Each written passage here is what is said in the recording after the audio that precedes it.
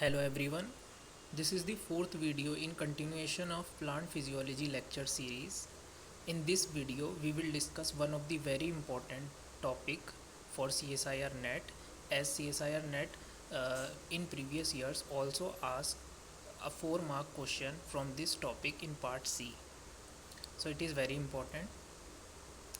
If you want some basic about salicylic acid, then I have also uh, made a video which covers the introduction, physiological role, their chemical structure, so you can watch that also. In this video we majorly focus on signaling mechanism of salicylic acid or the SAR, systemic acquired resistance. So let's start with that. So systemic acquired resistance, as we know, it is the broad spectrum type of resistance which is very broad. As you know that plant every day faces very different type of challenges like abiotic and biotic stresses. So mostly in biotic stresses, the fungal infection, viral infection, bacterial, etc. So plants can't escape from the stressful condition. So what they do, they develop or they adapt themselves to their surroundings to cope up with that type of different type of stresses. So it is the one of the defense mechanism which is activated by salicylic acid, as it is induced in whole plant or every part of the plant. That's why it is also known as broad spectrum resistance. Like you heard the example of herbivory, in which herbivore eats up the one of the part of the plant, but the signals activate on some chemical release which alert other parts of the plant, and the plant communicate with other plants also which are their surroundings. So this type of response is basically the mechanism in which plant alert the other type of their different parts of the plant and their different type of plants that are present in their surroundings. So this type of resistance is known as broad spectrum resistance. It is also just like we have also seen in case of jasmonic acid signaling. It has immune memory. Like we take a vaccine for developing immune response from certain type of pathogen. So it basically develops memory in our body that if the pathogen comes again, then how to fight with them. So same kind of things would happen in case of plant, in which the immune memory develop against the particular type of pathogen. It is long lasting and boosted by repeated infection. So if it is the if certain plant is infected again and again, then the memory is also boosted, like same as like we take vaccine, one shot, two shot, etc. So it will promote cell survival instead of PCD. So PCD only occurs in case of infection. When any infected areas is infected, then it will lead to the generation of reactive oxygen species, which develops hypersensitive response, and that parts become necrotic, or the PCD, that is programmed cell death, would occur in that part. If we apply the exogenous salicylic acid, then it will induces SAR, that is systemic acquired resistance. So basically salicylic acid is responsible for SAR induction locally as well as systemic. It is also been noted that some transgenic plant which overexpress the salicylic acid degrading enzyme like salicylate hydroxylase and ICS1 mutants, that is isocorismate synthase, which is one of the enzyme involved in biosynthesis of salicylic acid. If these enzymes are absent in case of mutant, so it that mutants are defective in SAR. So these enzymes is also play important role in SAR development or generation. Salicylic acid basically synthesized in chloroplast, and it is stored in the form of SA-glucoside or SAG. These SA-glucoside is formed by the glycosylation of one of the specific enzyme, that is cytosol, present in cytosol, and it is known as SAGT, which is SA-glucosyl transferase. And then when the salicylic acid converted into its inactive form, that is as a glucoside, it will stored in vacuole. So this sentence talks about the metabolism of salicylic acid, when it is active or when it is inactive. So during pathogen invasion, what happens, the SAG, which is the inactive form of salicylic acid, is hydrolyzed and it is converted into active form of salicylic acid. So now you can see in the figure, uh, this is the necrotic part where the infection could happen. This is the localized region. So what happens when the infection occurs or the pathogen tries to invade in the host tissues, then it will lead to the development of PTI. PTI basically is the PAM triggered immunity. PAM, it is the pathogen associate molecular patterns. These basically special type of molecular patterns which are present in the pathogen surface. It is sensed by the plants or the special type of receptor which are present on the cell membranes of plants. Then it will activate some defense response which is known as PAM triggered immunity. It is also known as primary type of immunity.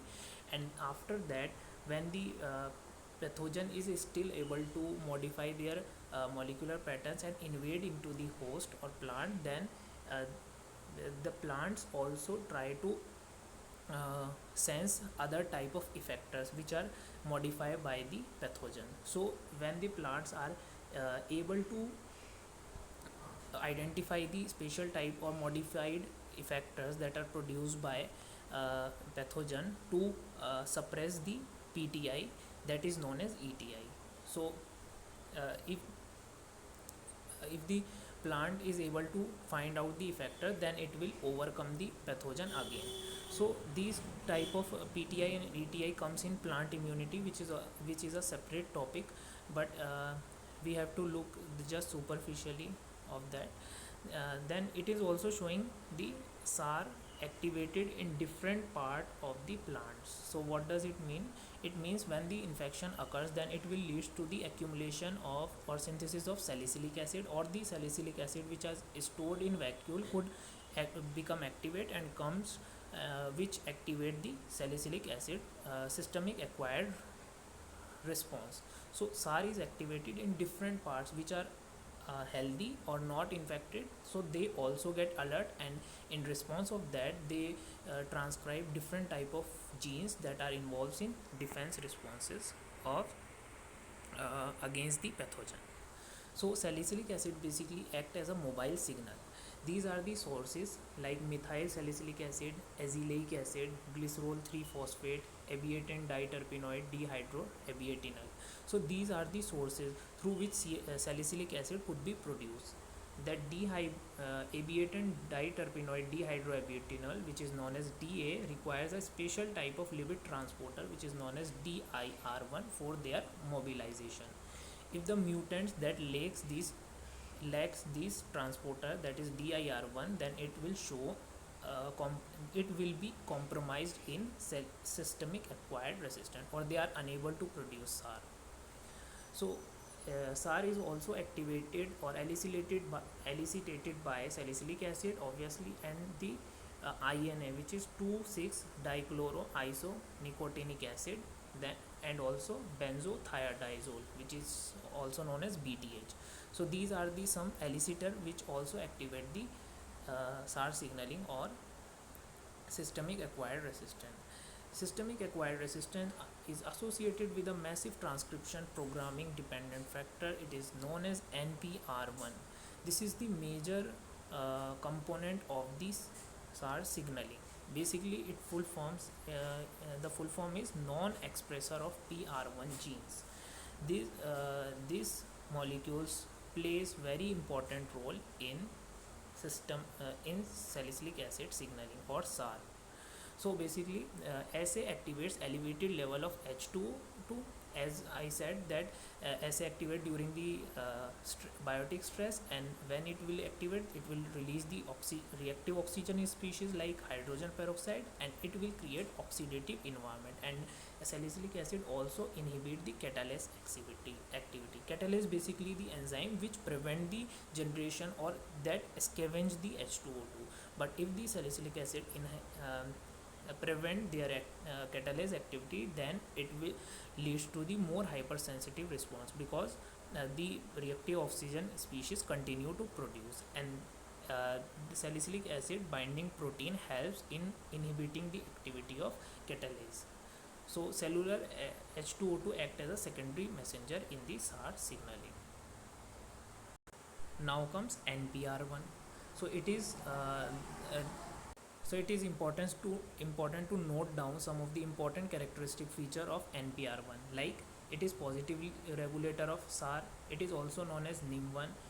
It is the only protein present between the SA and PR, downstream of SA and upstream of PR genes. So it is present between them, and the overexpression of NPR1 is equal to the broad spectrum resistance.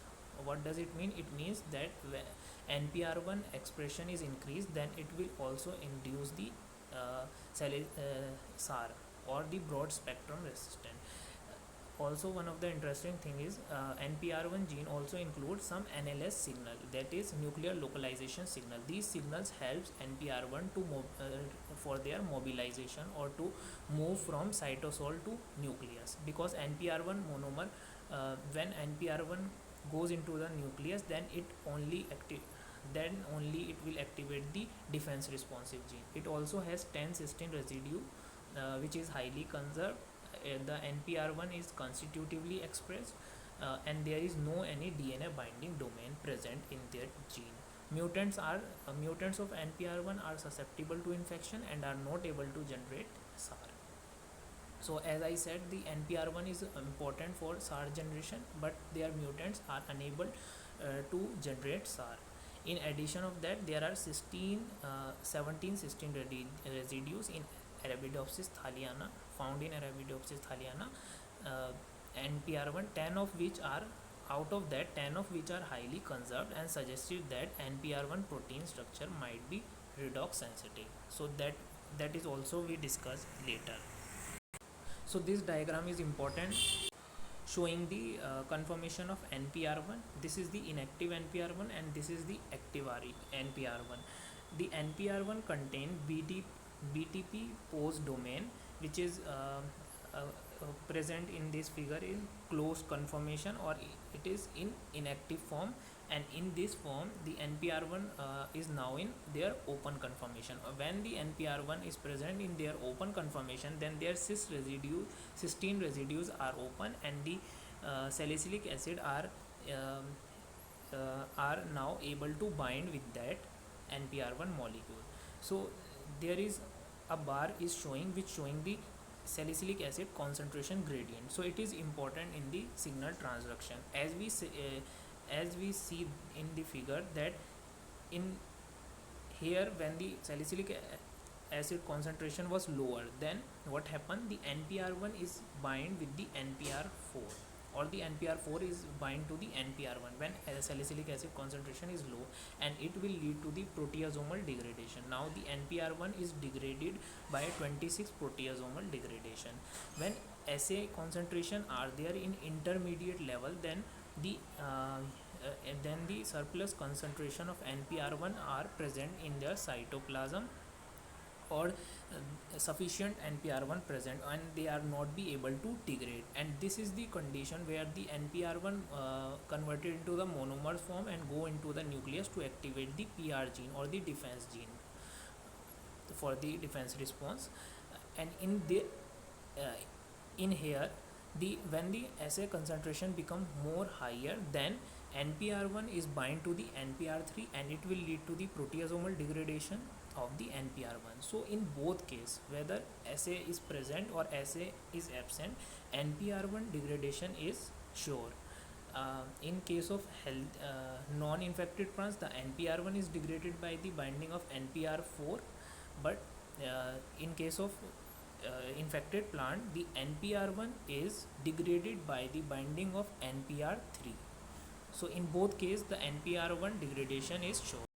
Only the intermediate level or intermediate concentration of SA could maintain the sufficient level of NPR1, and that will go into the nucleus to activate the PR gene response. So this is the most important part, through which also the CSIR asks 4 marks question in previous year. So it is have to be remembered. Now some of the important points, like in absence of salicylic acid, NPR1 is present in oligomer forms. How? By forming intermolecular disulfide bonds. So the NPR1, by forming the disulfide bond, it is present in the oligomer form, and when assay concentration rises, then it, as I said earlier, it will change the redox state, means generation of reactive oxygen species. To overcome the ROS, the antioxidant defense system become activated. As antioxidant enzymes or system activated, then it will create reducing environment, and in reducing environment, the what happens, the oligomer of the NPR1 is converted into the monomer. How? By reducing cysteine residues. As the cysteine residues get reduced, then disulfide bond will be broken down, and it will happen through the reducing agent, which is known as thioredoxin. Thioredoxin 3 and thioredoxin 5 plays important role in monomerization of NPR1. Also, the mutation present in the cysteine residue at the sites 82 and 216 lead to the constitutive monomerization, and it will lead to the nuclear accumulation of NPR1. So if the cysteine residue at the position of 82 and 216 get mutated, then it will not be able to oligomerize, and it will continuously become monomer in their monomeric form, and they will as a result they will go into the nuclear and accumulate in that, and what happens, the PR1 gene continuously expressed. So so it is happen in case of mutation. Also, the assay triggered NPR monomerization and nuclear accumulation are important step for NPR1 mediated transcription, because if the NPR1 not converted into their monomeric form, then it will not able to go into the nucleus and activate the PR1 expression gene, which is the pathogen related gene, and have the important role in the uh, defense gene expression. So NPR3 and NPR4 interact with NPR1 and are required for NPR1 degradation. As I told earlier, that NPR3 and NPR4, whether the salicylic acid present or absent, in both condition these factors bind to the NPR1 and leads to their degradation. Only the intermediate level of assay disrupt the NPR1 and NPR4 interaction. So when the assay level is absent or low, then NPR1 NPR4 get in their binding state, but when the assay level rises and reaches to their intermediate level, then NPR1 NPR4 complex get disrupt, and it will lead to the accumulation of NPR1. Because of now of the disruption, the NPR4 is not able to degrade the NPR1. Now NPR1 interact with the other transcription factor. So it is important to interact the NPR1 with the other transcription factor like TGN in order to express the or activate the PR genes, and it also activate the some ER gene to facilitate protein interaction. So salicylic acid disrupt the NPR1 and NPR4 interaction, but facilitates NPR1 NPR3 interaction. So salicylic acid basically in their high concentration facilitates the binding of NPR1 with NPR3. So this we can see earlier, we can already see in this earlier, that in high concentration the NPR3 is bind with NPR1 and leads to their degradation and activation of defense responsive gene. NPR3 and NPR1 create the basically what they do, they control or they create NPR1 protein concentration gradient in order to regulate NPR1 mediated transcription. So that's how they regulate and do the NPR1 mediated transcription. In absence of assay, NPR4 mediated NPR1 degradation prevents NPR1 accumulation, and also in case of high levels of assay, also NPR1 accumulation is prevent by binding of NPR3 and leads to their degradation.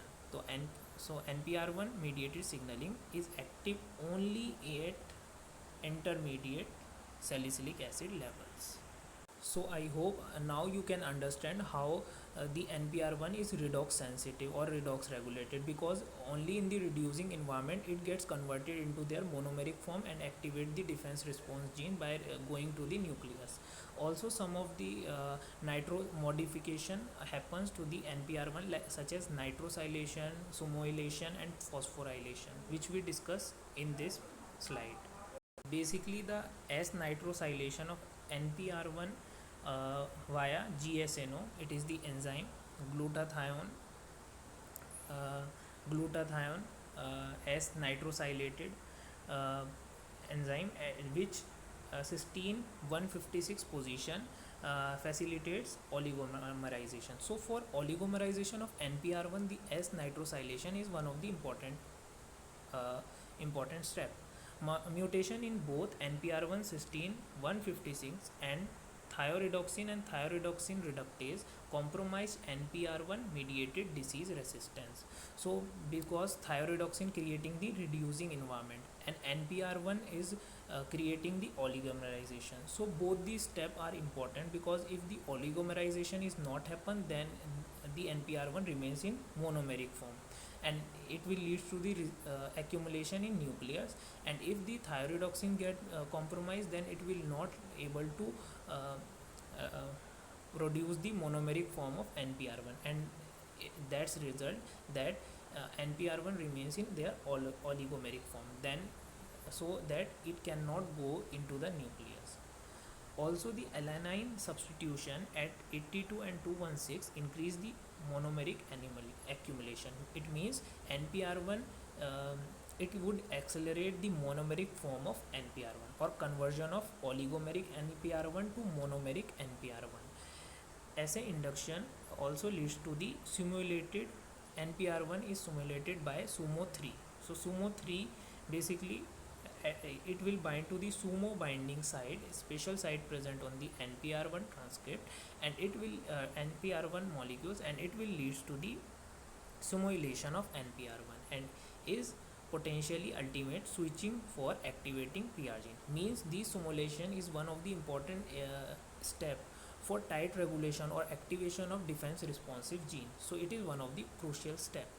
Before this, the phosphorylation of NPR1 is also important and also affects its interaction with SUMO3 and provides another layer of tight regulation or fine tunes. Basically, these phosphorylation, SUMOylation, and the other type of protein modification helps in their tight regulation or fine tune of the transcription activity of NPR1.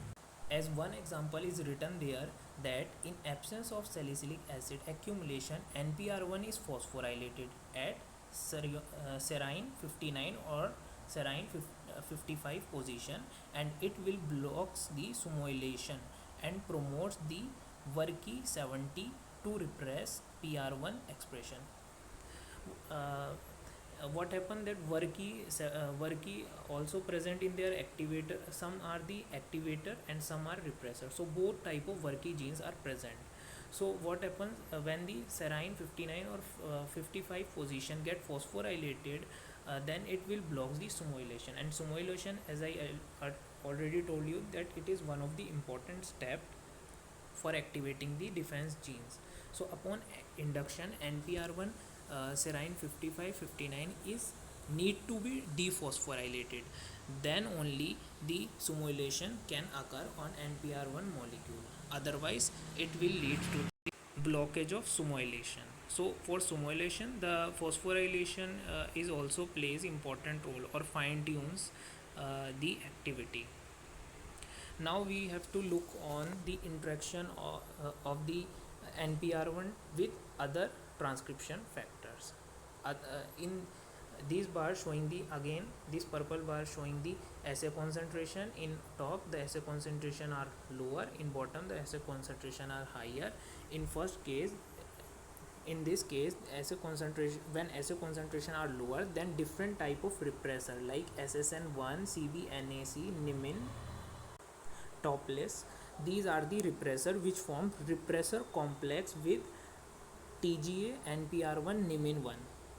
So when they form repressor complex, then it will lead to the repression of PR1 gene expression. So if the concentration of salicylic acid rises like in this lower figure, we can see the so many of salicylic acid molecules. It means salicylic acid is when salicylic acids are present or in high amount, then it will lead to the degradation of the uh, TGA NPR complex with the repressor. And now when it will free from repressor, now the activator complex get activated, and in activator complex the activator molecule like BRCA2, RAD51, SNN, SSN2, TGA, different type of TGA like TGA2, TGA3, TGA7s are forming the activator complex. And also these BRCA2 and RAD51 involves in the DNA repair.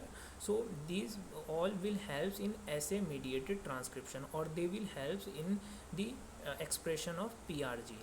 So when the concentration of salicylic acid is higher, then it will the NPR1 dissociate from the repressor and able to bind with the activators, and it will leads to the PR1 gene expression.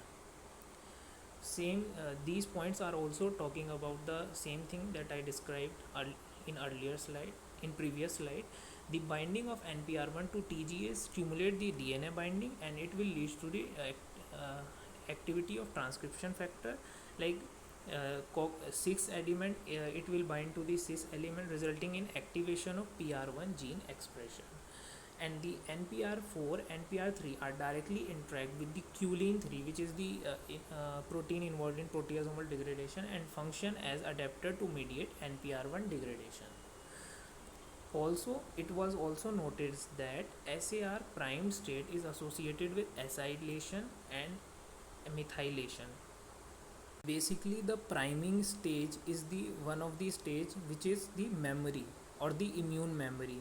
As I talk about in the very first slide, that the repeated infections leads to the development of immune memory. So it is nothing but the prime state. Priming occurs because of the epigenetics like acetylation and methylation. We know when our DNA or the chromatin is acetylated, then it will express, and when it is methylated, then it will not be expressed and present in heterochromatin form. So these type of regulation are responsible for the priming state or the expression or inhibition of the gene, or regulation of the defense responses gene.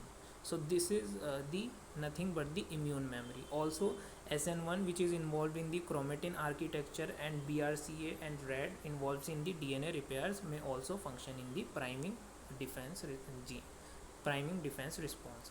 In SAR cells, it was also been seen that intermediate assay concentration was lead to the coexistence of inactive NPR1 and assay binding induced active NPR1.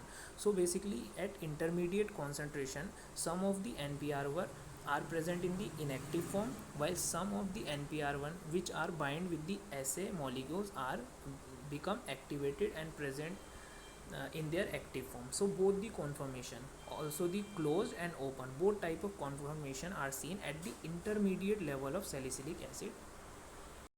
Another important point is interaction of inactive NPR1 with NPR4 is able to is happen without the binding of salicylic acid, as this so it is mentioned here, the inactive NPR1 bind to the NPR4 and it will lead to their degradation. As I said earlier, that in non-infected stage, when NPR4 bind to the NPR1, there is no or absence of salicylic acid. So in that case, NPR1 are inactive. So it is also able to bind with NPR4 in their inactive state, while SA bound only the active SA bound active NPR is present in the open conformation, and it is responsible for gene expression. So only the NPR1 responsible for gene expression, not the closed one. Phosphorylation of NPR1 at serine 589 promote the nuclear localization of NPR1 monomer. So it will helps the nuclear localization.